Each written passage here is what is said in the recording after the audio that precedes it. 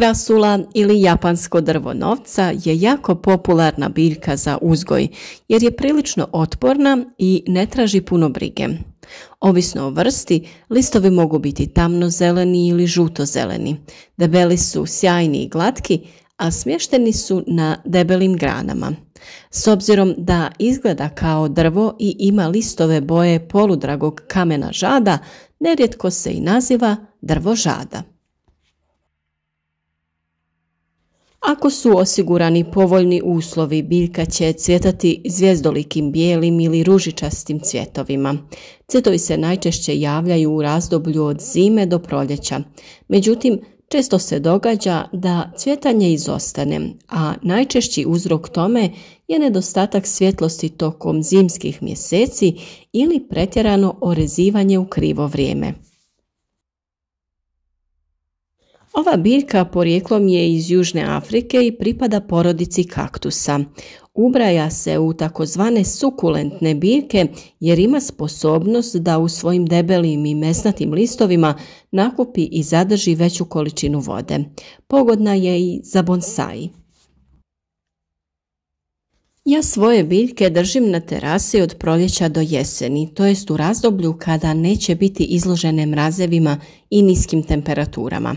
Kada dođe vrijeme za unošenje u zatvoreni prostor, malo ih sredim, orežem grane koje vise kako bi imala ljepši oblik, presadim one kojima je potreban veći prostor.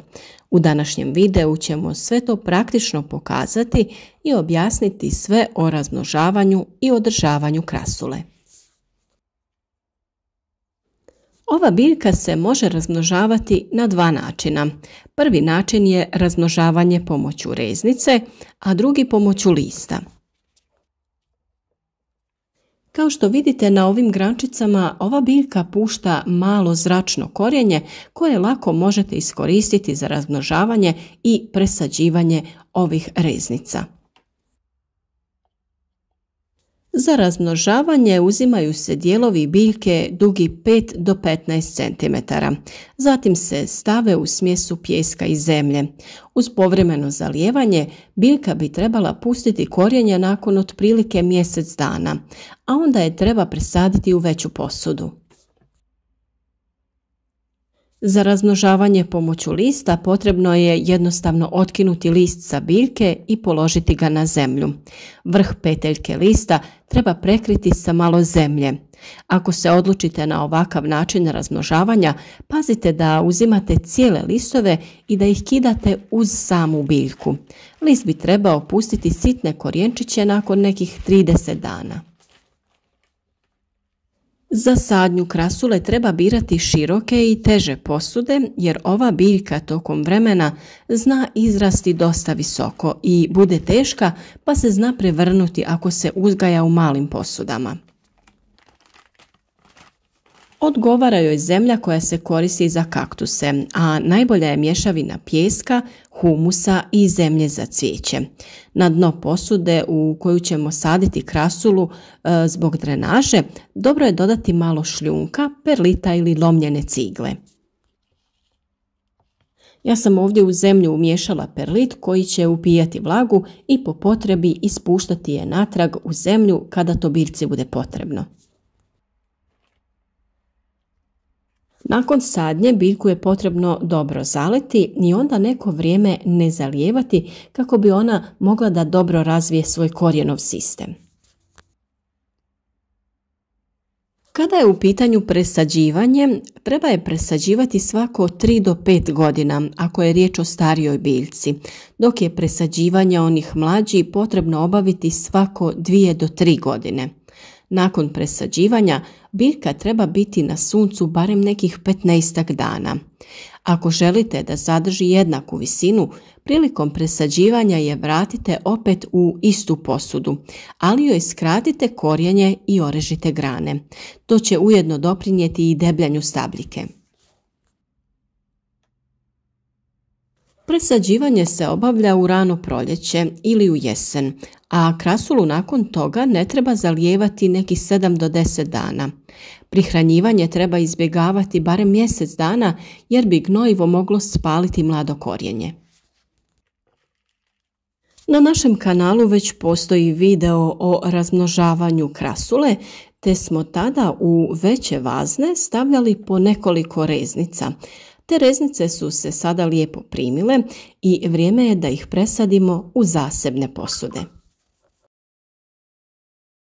Za drenažu na dno posude stavljamo nešto šljunka te dodajemo zemlju za cvijeće u koju smo stavili još malo šljunka te perlit koji će zadržavati vlažnost. Ovisno o veličini vaše sadnice potrebno je odrediti dubinu na koju ćete ju staviti kako bi rasla čvrsto i ne bi se naginjala u stranu zbog težine. Što se tiče položaja, krasuli najbolje odgovaraju mjesta okrenuta prema jugu ili zapadu. Učestalost zalijevanja ovisi o godišnjem dobu, visini temperature i stupnju vlažnosti zraka. U proljetnim i ljetnim mjesecima krasulu treba zalijevati nešto češće, ali opet ne treba u tome pretjerivati. Potrebno je pričekati da se zemlja u posudi gotovo potpuno osuši, pa tek onda zalijevati. Ako pretjerate sa zalijevanjem, lišće će postati smeđe i početi će opadati.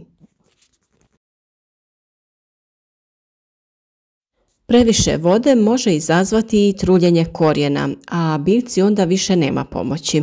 Isto tako je važno da tokom zalijevanja voda ne dospije na lišće jer ono u tom slučaju može postati trulo.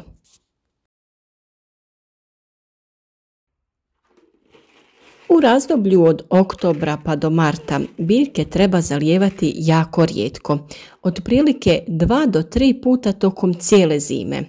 Pritom se koristi manja količina vode, ali da je sobne temperature.